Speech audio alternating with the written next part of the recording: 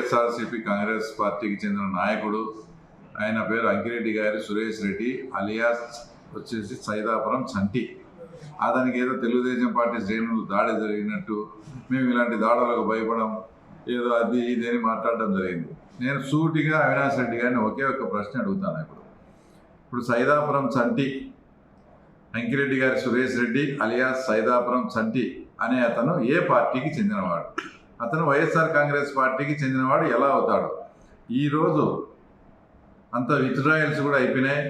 అతని తొండూరు మండలం, ఇక్కడ పులివెందుల జెడ్పీటీసీకి జరిగే ఎన్నికల్లో అతను స్వతంత్ర అభ్యర్థిగా ఇప్పుడు పోటీ చేస్తున్నాడు.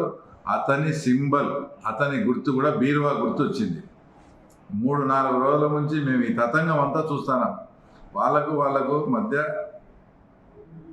వాళ్ళ మధ్య మనస్పర్ధలు వచ్చి అతను ఇండిపెండెంట్గా నామినేషన్ వేయడం జరిగింది.